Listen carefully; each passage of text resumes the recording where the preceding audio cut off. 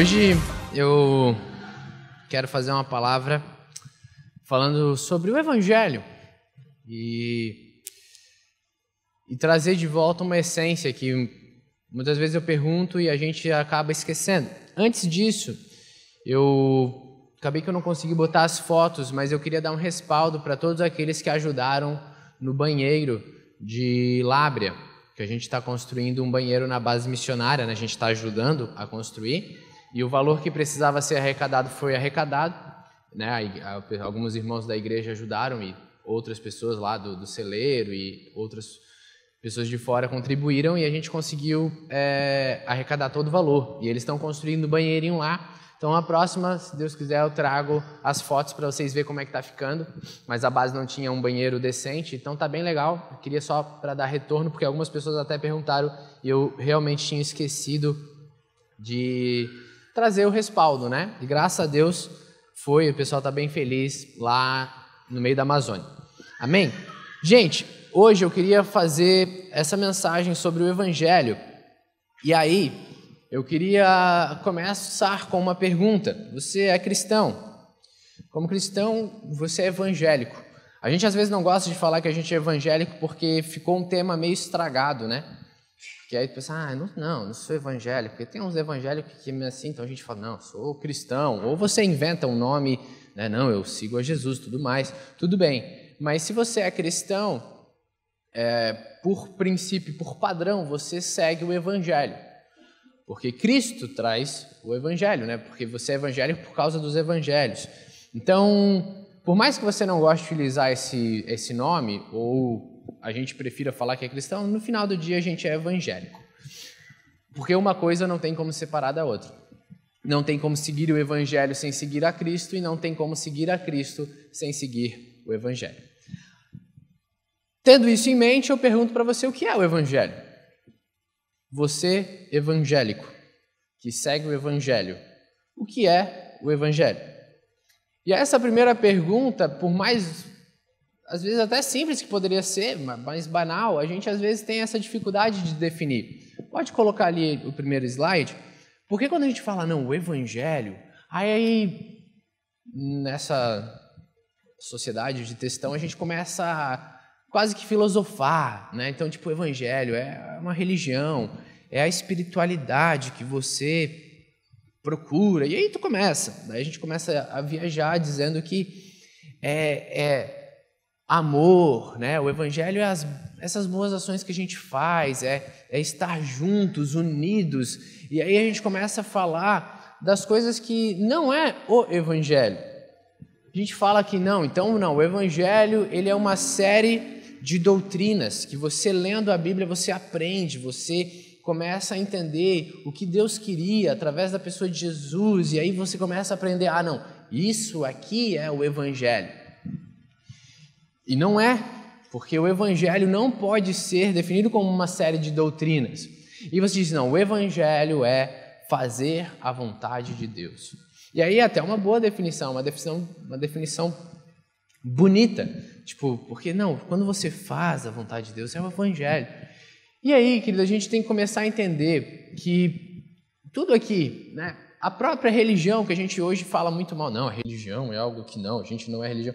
Tiago define a religião, ele diz a boa religião é ajudar as viúvas, os necessitados. Então, a religião em si também não é algo ruim. Mas a gente pega tudo isso aqui e nada disso é o evangelho.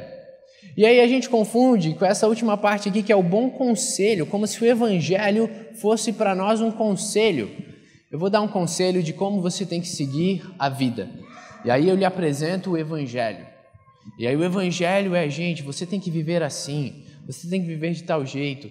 E tudo isso é muito bonito porque, de uma certa maneira, o cristianismo, ele é muito bonito. E ele é bonito, até estava conversando com um jovem, ele está fazendo história, e esses jovens que começam a fazer história, acho que já começam a entender tudo. E aí ele estava lá, e aí ele começou a falar com o professor dele começou a falar que o professor é ateu, não acredita em nada, mas ele admirava o cristianismo, porque o cristianismo ele realmente é diferente. E se você fazer uma análise só racional. Separe tudo, separe a fé, separe. Se você só comparar, por exemplo, o cristianismo com o Islã, eu estava lendo semana passada o Alcorão. Não me julgue, né? Um irmão... isso, não, calma, tudo bem, calma aí, pessoal.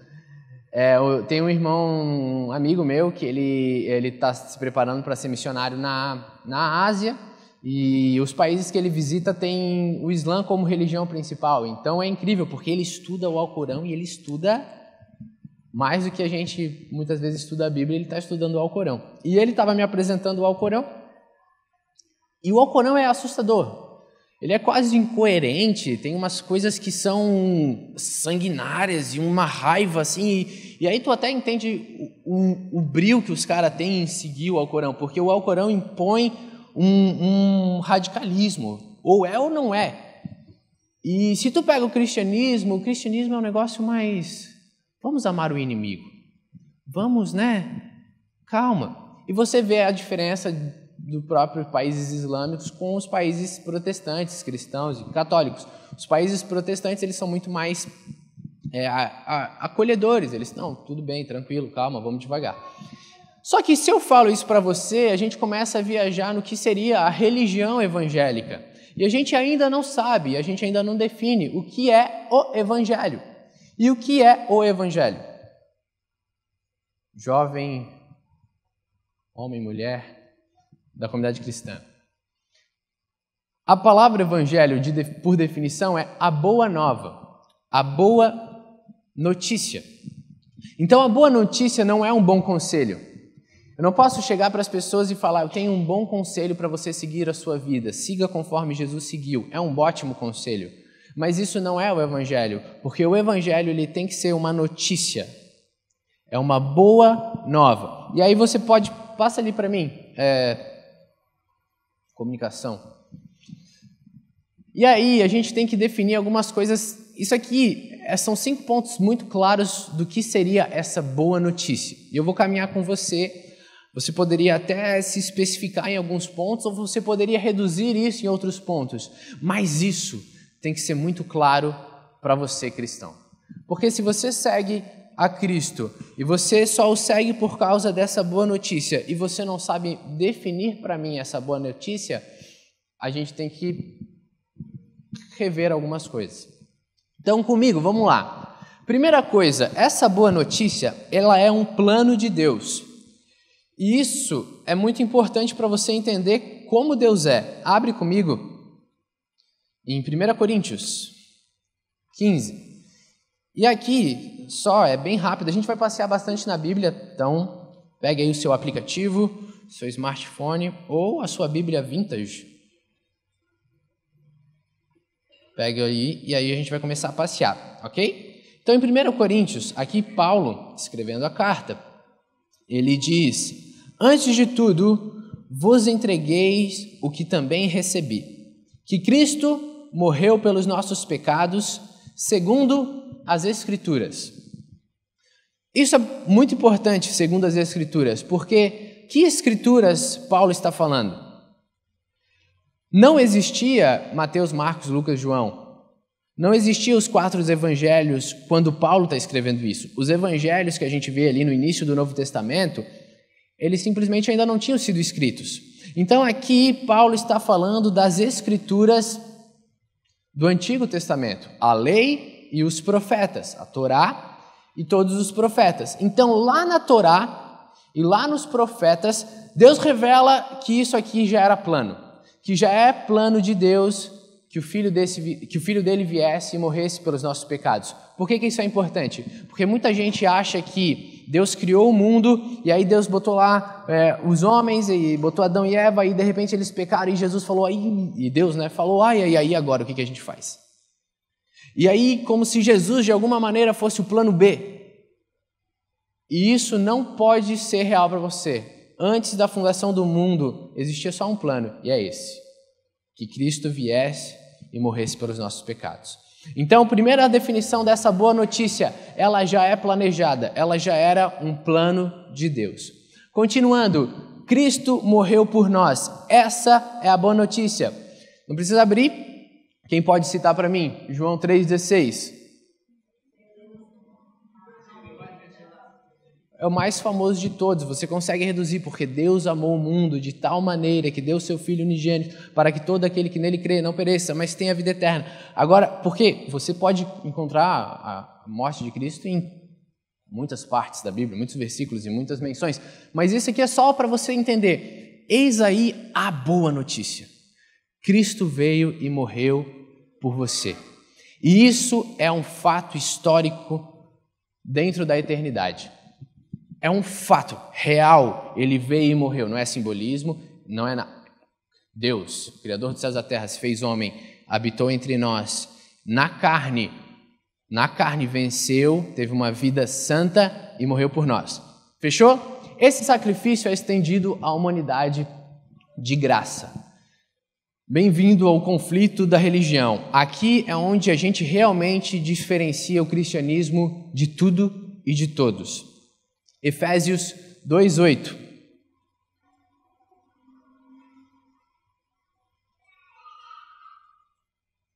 Efésios capítulo 2, versículo 8 diz: porque pela graça sois salvos, mediante a fé, isto não vem de vós, é dom de Deus. Eu estava falando de quão bonito o cristianismo é comparado a algumas religiões, certo? Você já viu o budismo?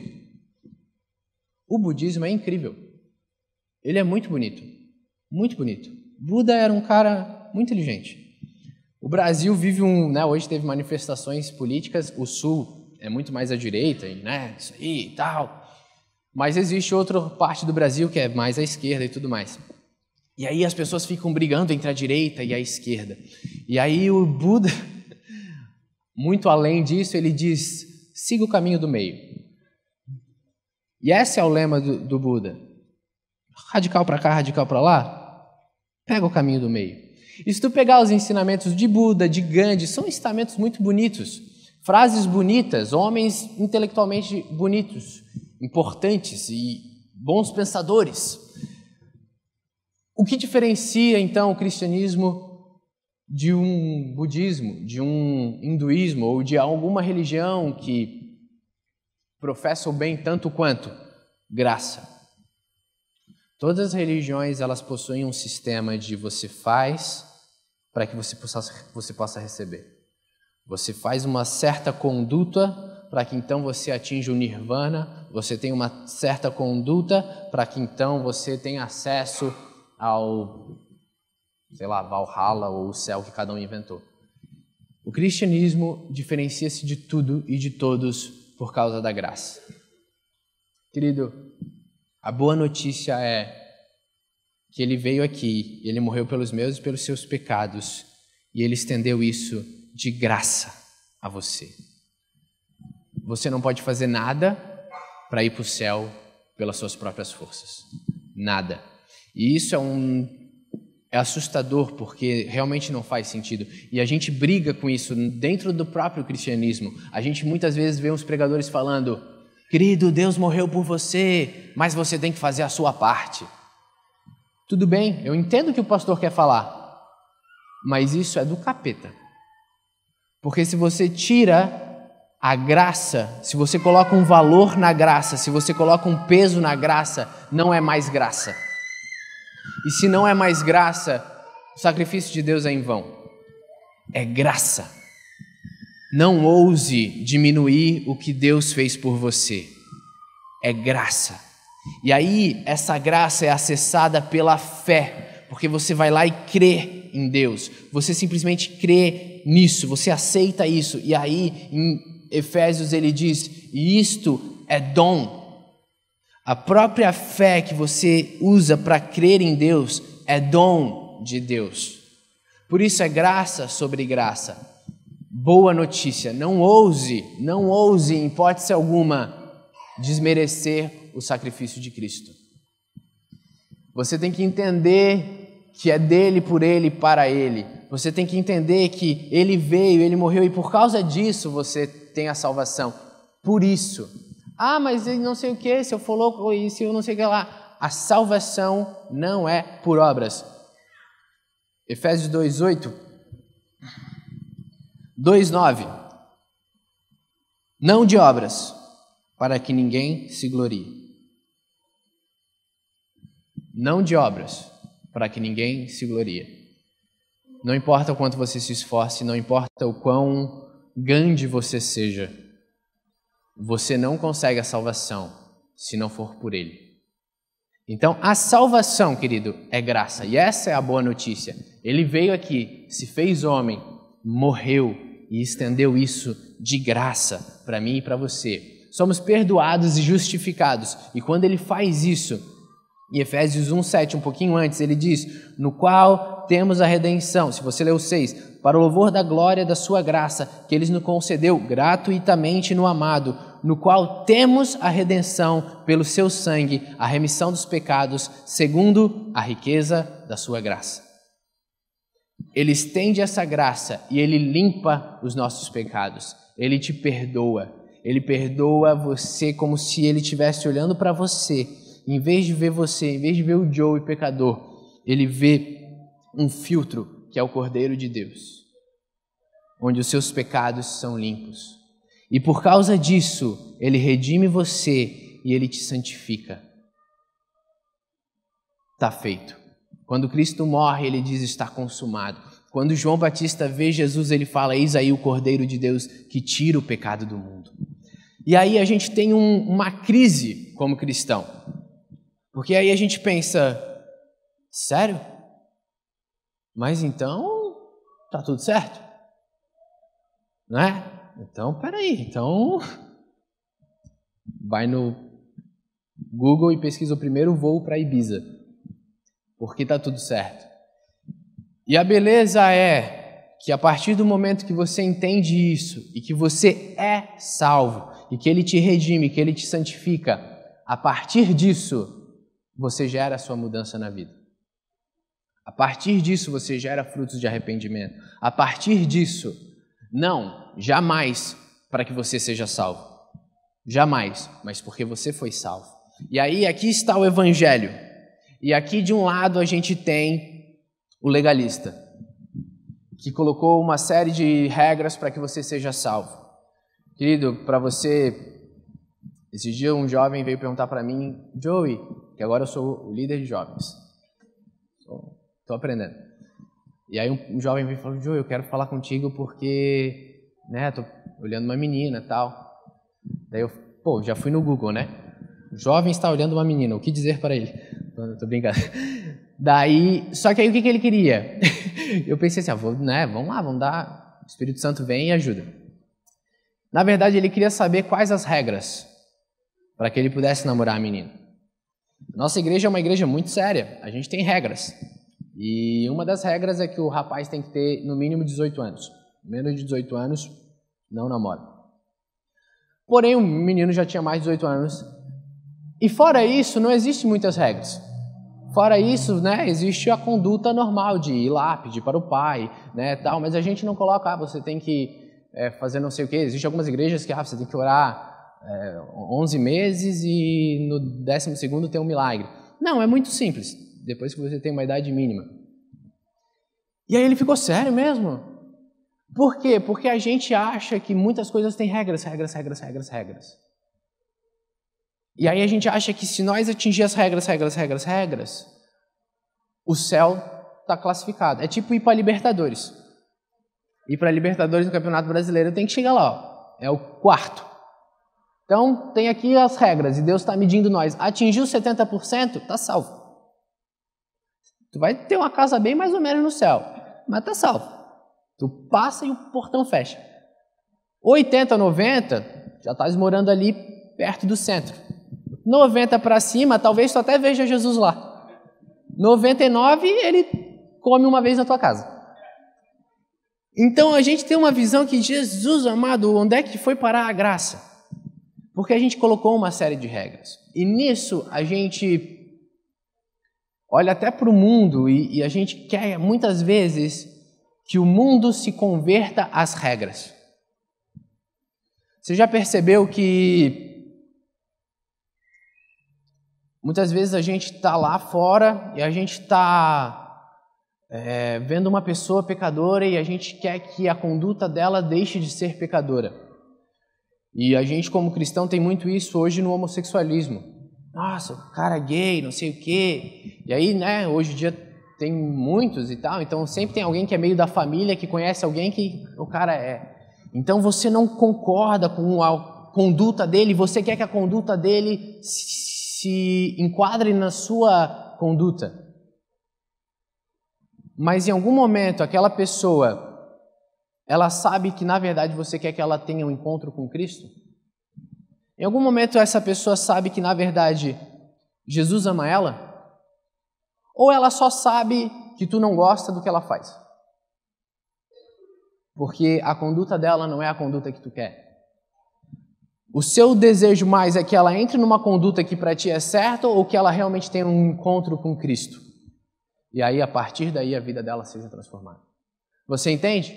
A pessoa sabe que tu não gosta do que ela faz, mas ela não sabe que Jesus ama ela. Ou a gente quer, meu Deus, de direita, Bolsonaro, vamos todo mundo comprar uma metralhadora. Aí às vezes tu quer que o cara deixe de ser um cara de esquerda, mais do que você quer que ele tenha um encontro real com Jesus. Porque na verdade você não quer apresentar o evangelho, você quer só que ele se enquadre no que é a sua conduta certa de acordo com a sua cabeça. Você entende? Então, de um lado, legalismo, regras. Do outro lado, relativismo, que é Jesus ama a galera. Jesus ama todo mundo. Uhul! É nóis. Jesus, você te ama. Você, ele ama todo mundo. Fato, ele ama todo mundo. Mas aí você relativiza tudo. E aí Deus chega e diz para você ter frutos de arrependimento. Não, mas na verdade, frutos de arrependimento, no original, significava, para aquele tempo, blá, blá, blá, blá. E aí você não se arrepende do que você é, do que você vive, do que não agrada a Deus. Você não quer começar a se mover em direção a Ele, porque você começa a relativizar as coisas. Isso não pode naquela época, na época que Paulo fazia não sei o que, por causa que os romanos não sei o que lá. E aí você relativiza o que é ensinamento bíblico e imutável. Então, de um lado o legalismo, do outro lado está valendo tudo, porque depende. Depende. Jesus ama a todos? Depende. Cada um, né? O que é certo? Depende. A relativização das coisas. E no meio, um evangelho. E aí, por que a gente sofre? Porque a gente esquece da última coisa que é a boa notícia. Deus vem, Ele morreu por mim e por você, estendeu de graça isso para nós, para que nossos pecados fossem perdoados, justificados, para que a gente pudesse ser salvo. Para que? 1 Pedro 3,18, nós possamos ser levados a Deus. Então abre ali em 1 Pedro. Ele diz: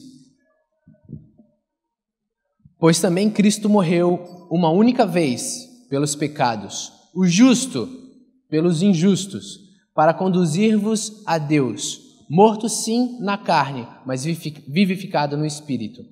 O justo pelos injustos, para conduzir-vos a Deus. Então, se o Evangelho te alcançou, a graça te alcançou, você foi salvo, amém? Pela graça de Deus, mediante a fé que é dom dele, mas ele não te conduz a Cristo, é porque esse evangelho está deficiente. Alguma coisa está errada nesse evangelho. No mínimo, completo ele não está. Porque ele faz tudo isso para que você e eu, os injustos, pudéssemos ser conduzidos a Deus. E esse é o nosso problema, porque lá no final do dia, se nós for bem sinceros, cá entre nós, ninguém está ouvindo, a gente só quer ser salvo. A gente só quer se livrar do caos. Na hora que o bicho pegar, a gente quer estar na lista. Não é? Se eu falar para você, você pode ter a melhor casa no céu. Estou só viajando aqui, tá, pessoa? Daí você diz, não, que isso. Só tá lá vai tá bom, só entrar. Por quê? Porque no final do dia, como homens caídos, a gente muitas vezes só quer, só quero ser salvo. E quando você pega que o evangelho ele tem que te conduzir a Cristo, nos falta isso, nos falta essa paixão por Cristo. Porque no final do dia, Deus é relacional. Ele quer ter um relacionamento com você. Por isso que ele morre por você. Você entende? Porque o pastor Tony sempre comenta, se você fosse a única pessoa que tivesse falhado, ele viria por você.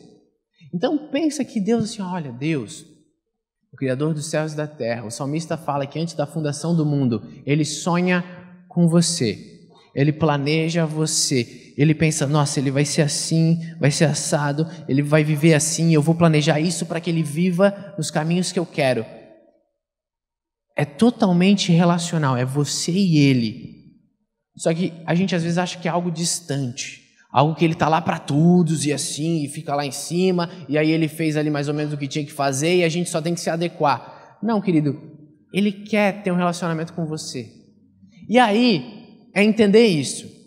Você começar a se apaixonar por esse Deus. Pode passar ali para o próximo, a gente não demorar muito. A plenitude de Deus, achegando-se a Deus, em Efésios 3:18.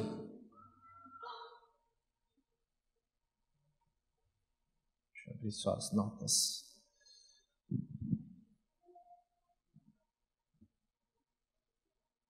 Efésios capítulo 3, versículo 18. Essa passagem toda é muito bonita, mas só para você entender, vamos ler do 17 então. E assim habite Cristo no vosso coração, pela fé, estando vós arraigados e alicerçados em amor, a fim de poderdes compreender com todos os santos qual é a largura, o comprimento e a altura e a profundidade, e conhecer o amor de Cristo, que excede todo o entendimento, para que sejais tomados de toda a plenitude de Deus. Então ele começa a se apresentar para você, não é aquele Deus distante, é um Deus que tem prazer em você. Olha os Salmos 16, esses Salmos, ele é assustador porque ele mostra o quão distante muitas vezes nós estamos do que seria um relacionamento real com Deus. O salmista aqui, ele mostra o quão prazeroso é estar diante de Deus. No 16:11, tu me farás ver os caminhos da vida, na tua presença a plenitude de alegria, na tua destra delícias perpetuamente. Olha só o quão, falando de mim, talvez você seja diferente, o quão distante eu estou disso. Na tua presença a plenitude de alegria, e na tua destra delícias perpetuamente. Então, você tem que entender que o ponto final não é a salvação. Aí é onde a boa notícia ela trava, porque ele vem, ele morre por você e a gente pensa, nossa, tudo isso para ser salvo? Não. Tudo isso para que você pudesse ser levado a ele. Porque diante dele, pecador, você não conseguiria estar. Por isso ele precisa te redimir e te justificar. Mas tudo isso para você ser levado de volta a ele. E para você entender que quando você chegar na presença dele, a plenitude de alegria, delícias perpetuamente. Eis aí o paraíso. A gente fica viajando no paraíso, eu gosto de viajar no paraíso. Mas você tem essa noção de delícias perpetuamente diante de Deus? A vida é muito... A gente pensa muito terreno, enquanto a gente esquece de tudo isso. Em Salmos 27:4, Davi, uma coisa peço ao Senhor, uma coisa, que eu possa habitar na sua casa todos os dias da minha vida, para que eu possa contemplar a sua bondade. Contemplar. Pensa, Davi, o homem que tinha tudo, ele era rei num império em ascensão, não sei quantos recursos, dinheiro, concubinas e qualquer coisa que ele quisesse, ele tinha. E ele te pedia uma coisa, Deus, uma coisa, que ele pudesse habitar na casa de Deus. E para isso ele inclusive vai lá e faz um tabernáculo, ele muda toda a organização, por isso que é um homem segundo o coração de Deus, que estava muito à frente do seu tempo, mas porque ele conseguiu encontrar prazer em Deus. Ele conseguiu encontrar prazer em se relacionar com Deus. E aí a gente muitas vezes ainda está pensando, poxa, prazer em se relacionar com Deus, era mais fácil eu só conseguir arranjar as minhas regrinhas aqui, bater os 70% e estamos lá. Mas é uma questão de você começar a conversar com o Pai, como um filho que fala com o pai e diz, nossa, vamos literalmente passear junto, vamos viver o que tu tens para mim e ter esse prazer em estar na casa dele. Tiago 4:8, aí aqui, Tiago mostra como Deus se revela aos seus.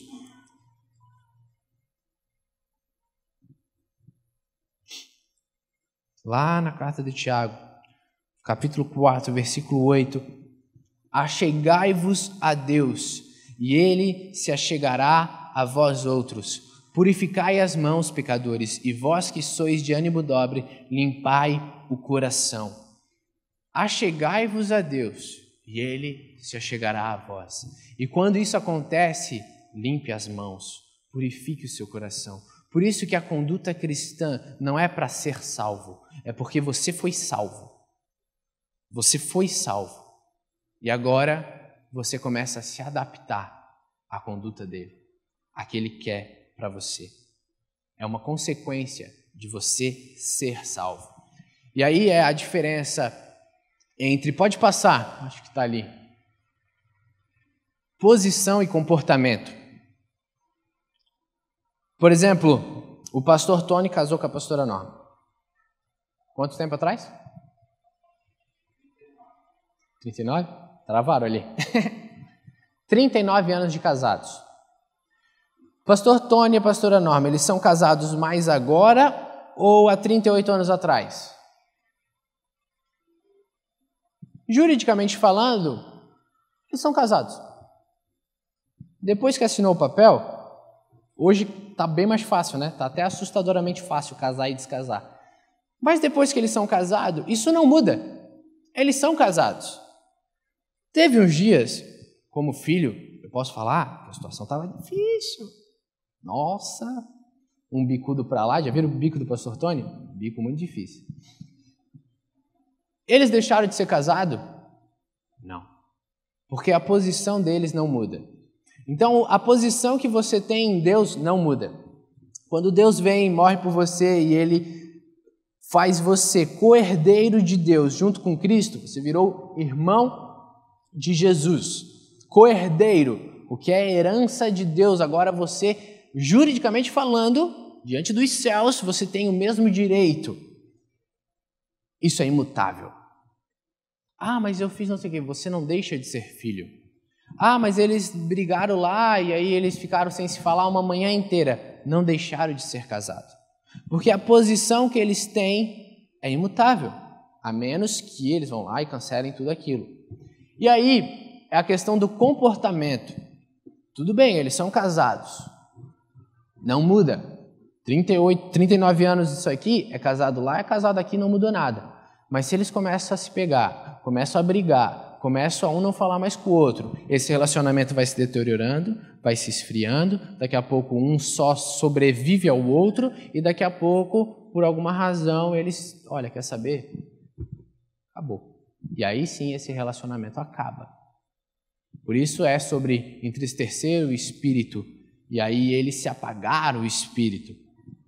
Mas fora isso, a posição não muda. O comportamento é outra coisa. Por isso que você tem que entender, você é salvo.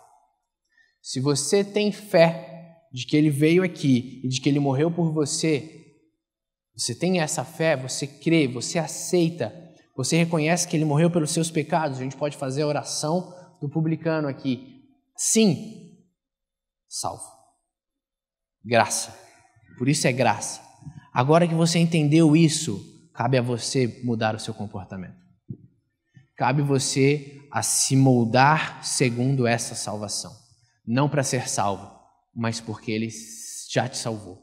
E isso, querido, requer se apaixonar por Deus. Não é sobre seguir um Senhor. É sobre se apaixonar por um noivo. Por isso a alusão da noiva de Cristo. E Cristo vem buscar uma noiva apaixonada. Ele não vem buscar uma noiva que, não vem agora. Ele vem buscar por uma noiva que anseia pela volta dele. Por isso a questão é, tudo bem, você entendeu que é por graça, mas o quão real é essa sua fé? O quão real é essa compreensão? O quão vivo isso é em você? Porque muitas vezes a gente é um cristão que diz que crê, mas vive como se não cresce. Por isso essa fé, às vezes, é questionável. O quão real isso é. Agora, a partir do momento que você entende, tudo bem, agora você começa a entrar nesse comportamento que essa boa notícia te faz. Se apaixonar por um Deus que te amou antes mesmo de você fazer nada. Quando ainda era pecador, Ele te amou. Poxa, mas eu fiz umas cacaquinhas. No momento das maiores cacaquinhas, Ele te amou. E isso é imutável. Por isso que essa compreensão divina de amor e graça, ela tem que bater aqui todos os dias. Porque isso faz duas coisas. Uma, se apaixonar por Deus. E a outra é entender a sua insignificância perante os céus. Perante Deus que disse, nossa, você não pode fazer nada para eu te amar mais, você não pode fazer nada para eu te salvar, eu simplesmente te amo e eu simplesmente te dei a salvação por graça. Essa compreensão, ela tem que queimar, porque aí você começa a viver uma vida leve, uma vida que diz, nossa, já que Deus me ama tanto, então vamos viver tudo que Ele tem para nós, porque se fazendo nada Ele já me salvou, imagina a gente cooperando. Aí é onde ele fala que Deus vai se revelar a você. Deus vai começar a pegar você e dizer assim, quer saber? Não vamos viver uma vida medíocre aqui. Vamos viver uma vida com tudo que eu sonhei para você. Esforce-se em Hebreus 12:14.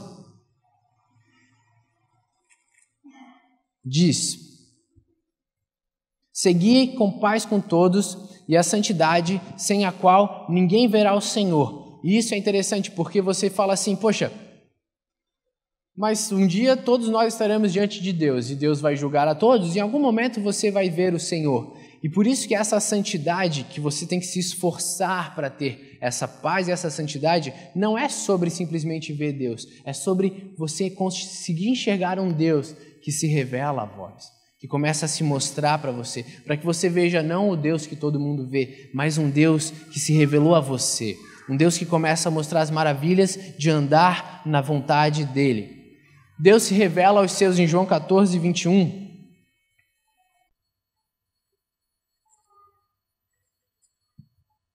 Ele diz, aquele que tem os meus mandamentos e os guardas, esse é o que me ama, aquele que me ama será amado por meu Pai e eu também o amarei e me manifestarei a Ele. Então ele começa a mostrar essa relação entre Deus, eu também o amarei e me manifestarei a Ele.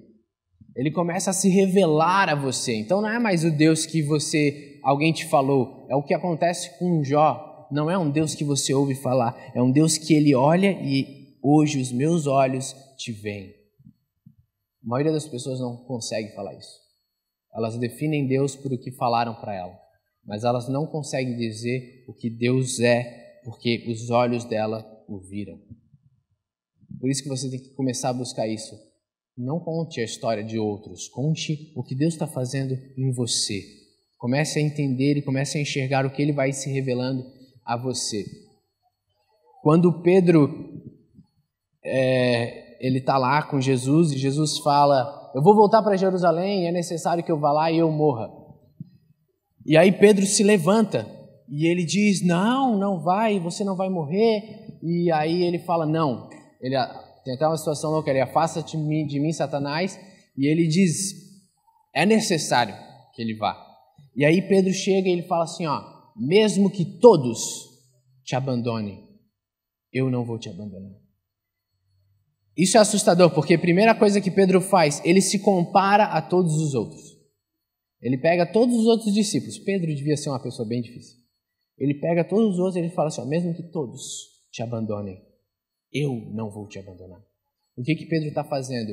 Pedro está pegando a paixão e o amor que ele tem por Deus, e ele está se colocando numa posição que diz, eu jamais vou abandonar esse homem. Na hora que os soldados pegam Jesus, onde é que está Pedro? Pedro vai e fica na Mocosa. Ele dá uma fugida e fica lá. Aí depois ele vai, começa a se esquentar, e aí você conhece a história, ele nega Jesus. 3 vezes, antes que o galo cante. Ele nega Jesus e some e vai chorar amargamente. Por quê? Porque ele colocou todo aquilo que ele achava que amava a Deus na força dele. Eu amo a Deus mais que todos eles.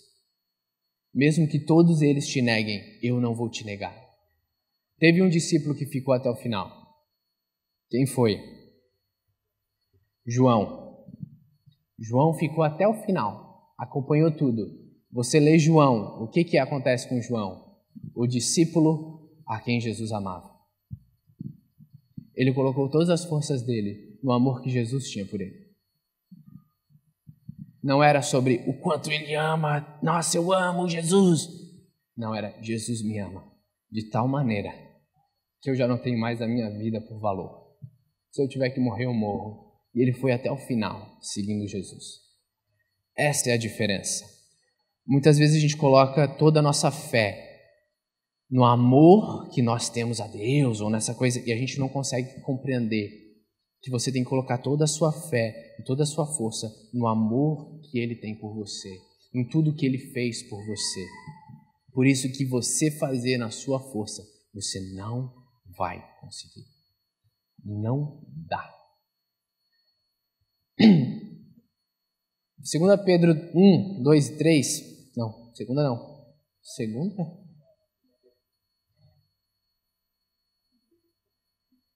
Então vamos lá, segunda carta de Pedro.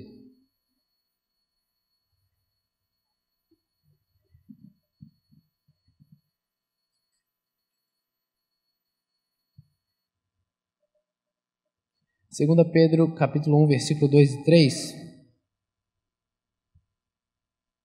Opa, estou em 1 Pedro. Deixa eu ver aqui. A graça e a paz vos sejam multiplicadas no pleno conhecimento de Deus e de Jesus, o nosso Senhor, visto como pelo seu divino poder nos têm sido doados todas as coisas que conduzem à vida, à piedade, pelo conhecimento completo, aquele que nos chamou para a sua própria glória e virtude. Quando a gente fala da graça, a gente tem como definição a primeira coisa que eu falei, a graça para a salvação. Quando você segue o Novo Testamento, você vê a vida de Paulo, você vê a vida de Pedro, João, e você vê que eles falam de uma graça que te capacita, de uma graça que te ensina. Por isso essa graça, ela vai muito além. Por isso você nunca pode limitar a graça de Deus. E aí essa graça que te capacita, te faz andar na vontade dele, te faz andar em santidade. Em Tito 2, 12 ao 14, ele fala da graça que ensina. Então, só para eu fechar os versículos rapidamente em Tito.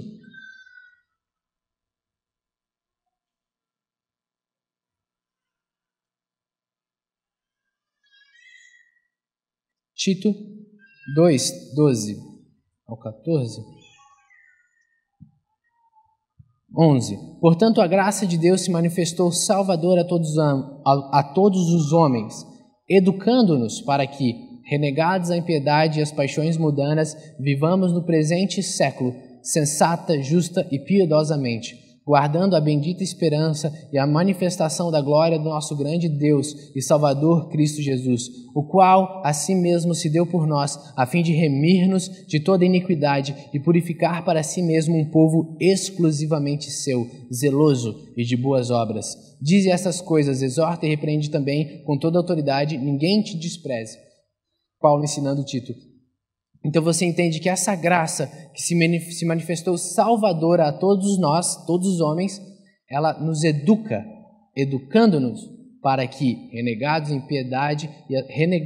à impiedade e às paixões mundanas, vivemos no presente século, sensata, justa e piedosamente. Então é uma graça que ensina, é uma graça que te capacita a fazer a vontade dele. E essa semana eu percebi isso de uma maneira que a gente tem que caminhar nessa paixão. Eu estava vendo um pregador americano, eu não sei quem era numa conferência, e aí eu acabei pegando ele, e aí escutei. E aí ele falou assim que muitas vezes ele vai pregar em várias conferências. E aí, quando ele prega em várias conferências, normalmente esses caras eles saem para lanchar no sábado, ou no dia após a conferência. E quando ele estava saindo para lanchar, alguns pastores falam assim para ele, fulano de tal, eu não posso sair porque hoje à noite, porque eu ainda não preparei a minha palavra.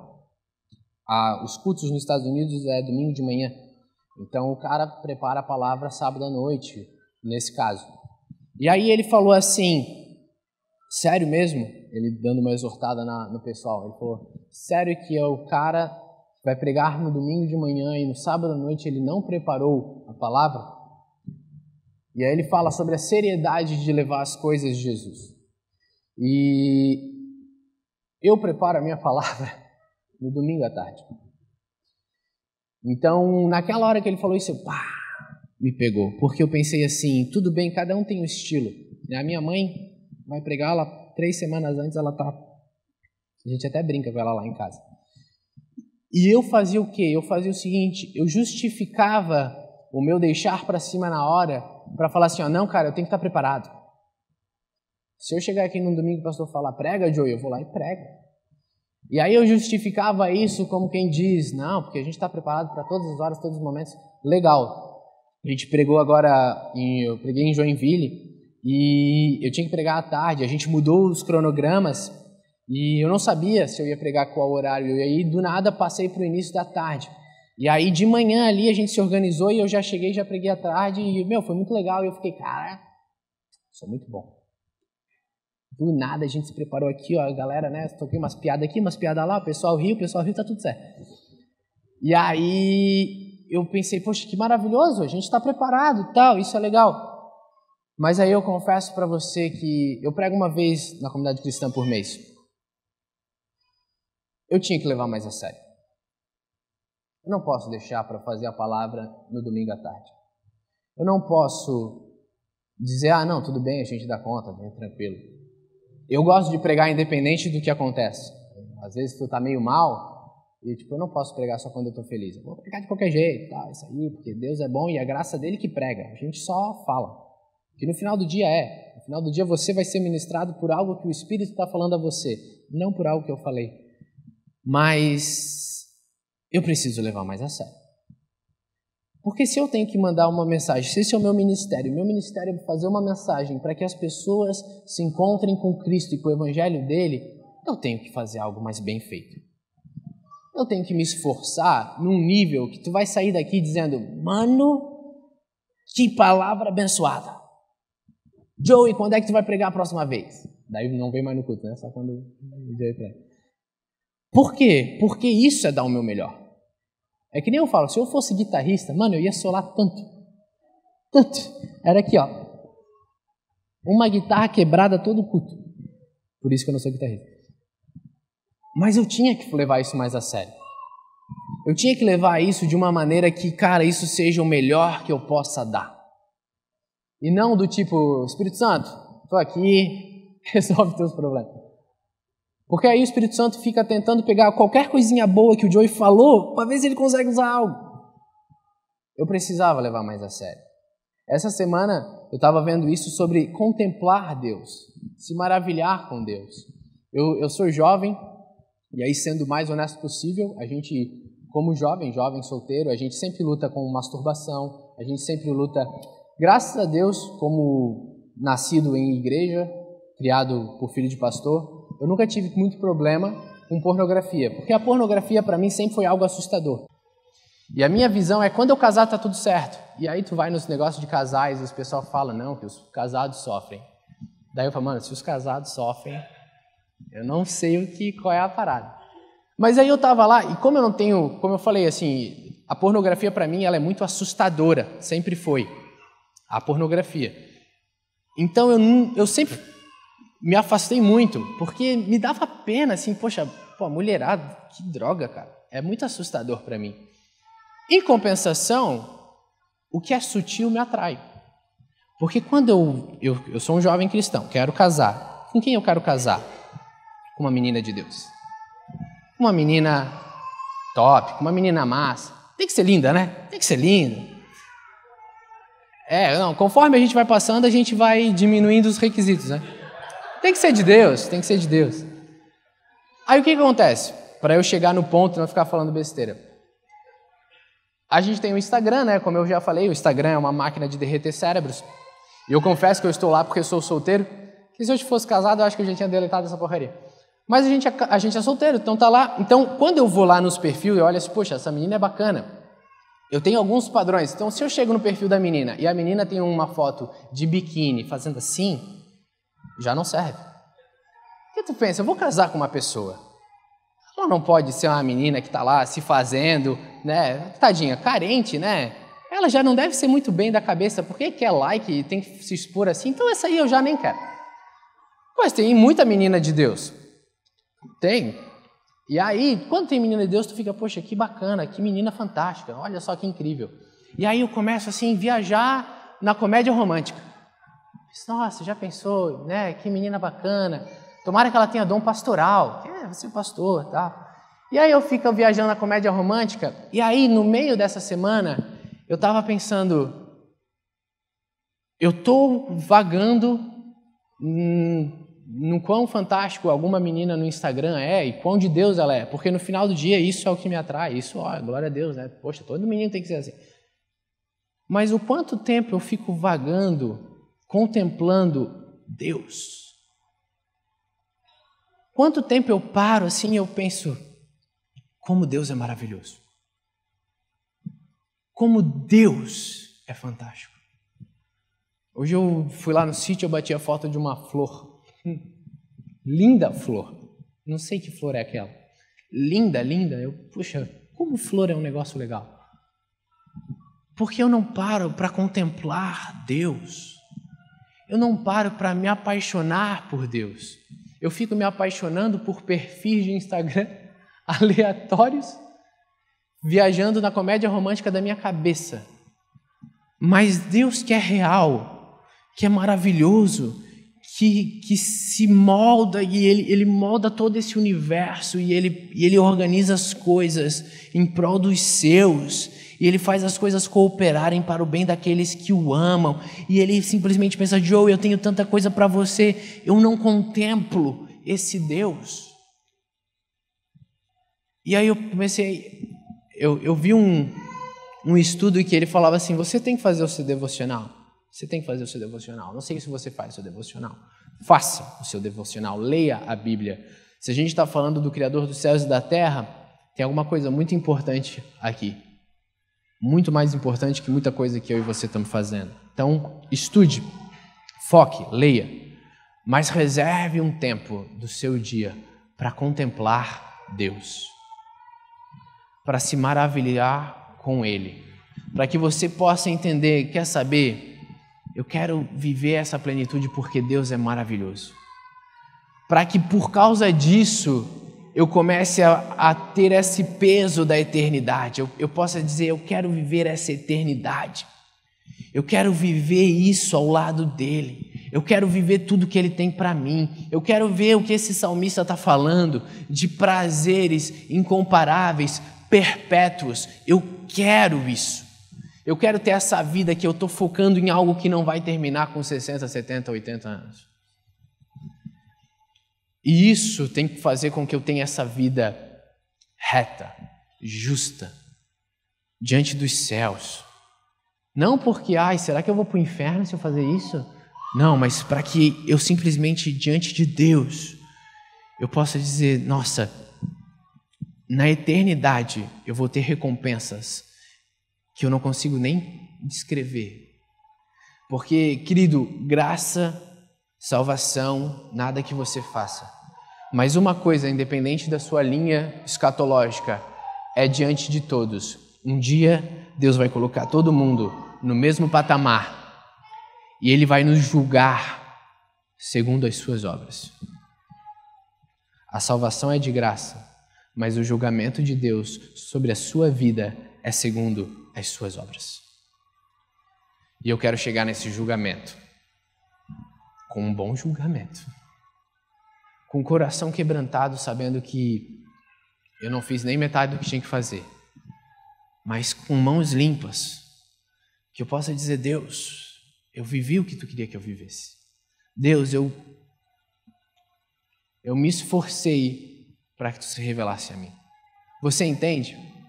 Que a gente possa entender o que é o Evangelho, que a gente possa entender essa boa notícia. Esqueça as regras e esqueça o relativismo, mas que você entenda que Cristo morreu por você. O quão louco isso é. E que depois de compreender isso, você se apaixone por Deus. Que você contemple. E que, como Davi fala, uma coisa eu quero. Uma coisa só. Que eu possa habitar na casa de Deus todos os dias da minha vida. Amém?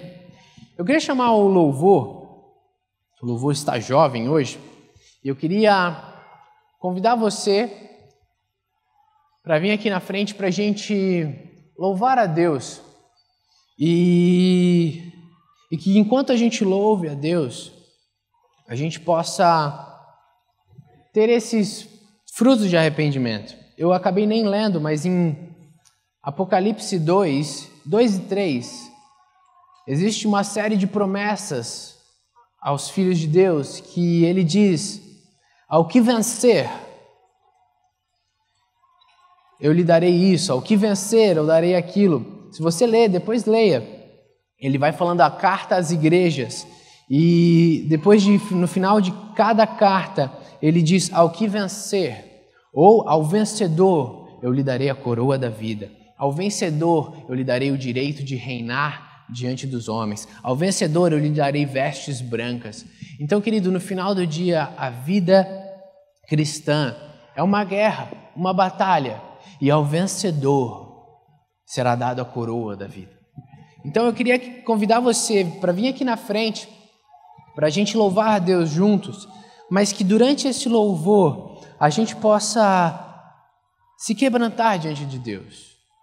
Sabe, eu gosto de ser sincero, fui bastante sincero aqui falando tudo isso, porque eu estou cansado de uma hipocrisia que existe na igreja. Não aqui na igreja, mas na igreja. Sabe, sou filho de pastor. Quantos casos, né? O pastor Tony é um pastor que ele é muito respeitado, as pessoas conversam muito com ele, mas quantos pastorzinhos que a gente olha lá e os caras falam como se fossem grandes homens de Deus. E o pastor Zizo que comentava: não existe grandes homens de Deus. Existe um Deus grande dos homens. Então que a gente possa ter essa consciência humilhada diante de Deus, pedindo que essa graça que nos salvou nos capacite a viver segundo a vontade dele. Amém? Coloque-se de pé. Eu queria convidar você a vir aqui para frente.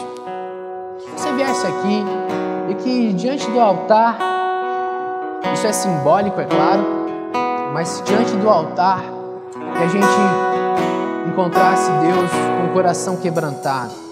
Que diante do altar a gente encontrasse Deus com um coração sincero. Que diz: Deus, obrigado por ter me salvado.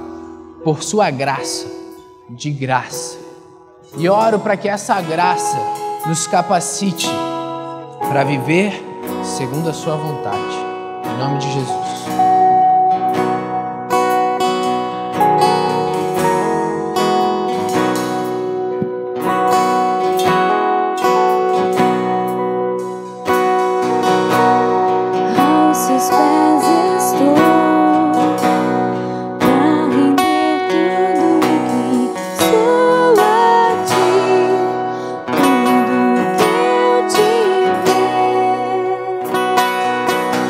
Receba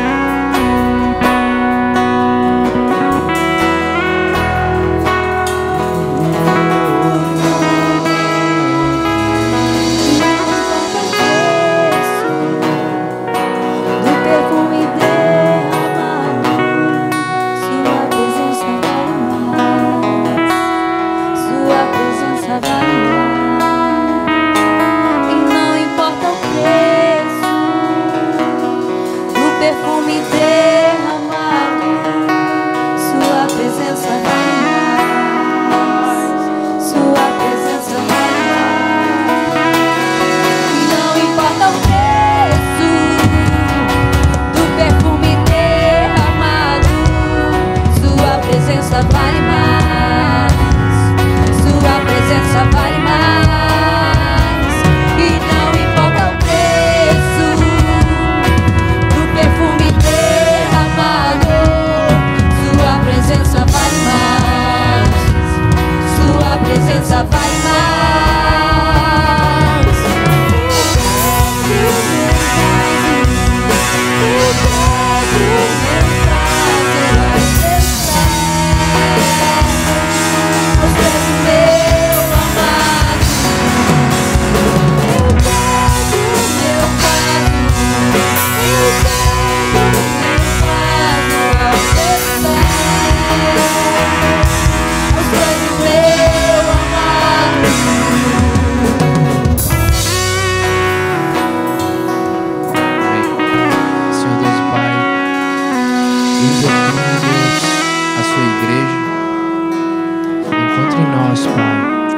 Corações sinceros, corações apaixonados, papai. Que realmente, Deus, nada, Senhor, ocupe o espaço que é seu em nossos corações. Que realmente, Deus, a gente possa entregar nossas vidas a Ti e que nada mais importe, papai. Que a gente possa viver todos os prazeres que Tu tem para nós, Senhor. Que a gente possa ter uma vida completa em Ti, Senhor. Não nos deixe, papai, ficar rodeando migalhas dessa terra. Não nos deixe, papai, viver coisas que são nosso coração carnal querendo, papai. Mas que a gente possa, Deus, ser completamente feliz em Sua presença. Que a gente possa ser completamente, Deus, entregue a Ti, papai. Que a gente possa realmente, Senhor, trazer para aqui e agora, Senhor, o Seu reino que vai ser manifestado lá no futuro, papai. Que a gente possa trazer paz, alegria e justiça. Que as pessoas nos olhem, Deus, e vejam uma noiva apaixonada por Ti. Que elas nos olhem e vejam, eis aí uma igreja, papai, que vive o Seu evangelho de verdade. Não legalismo e não relativismo, mas que viva uma compreensão do que é eterno e do que é terreno. Que viva uma compreensão do que Tu tem para nós, papai. Que possamos, Senhor, no final, completar a carreira que Tu nos propôs. Que a gente possa guardar essa fé em Ti, Deus. E que a gente realmente, papai, testemunhe de tudo aquilo que Tu tem feito em nossas vidas. Que os nossos olhos Te vejam, papai. Que a gente não viva apenas de ouvir falar de Ti, mas que a gente tenha um relacionamento real. Em nome de Jesus. Amém? Amém, comunidade cristã? Vamos viver de verdade esse evangelho. Amém?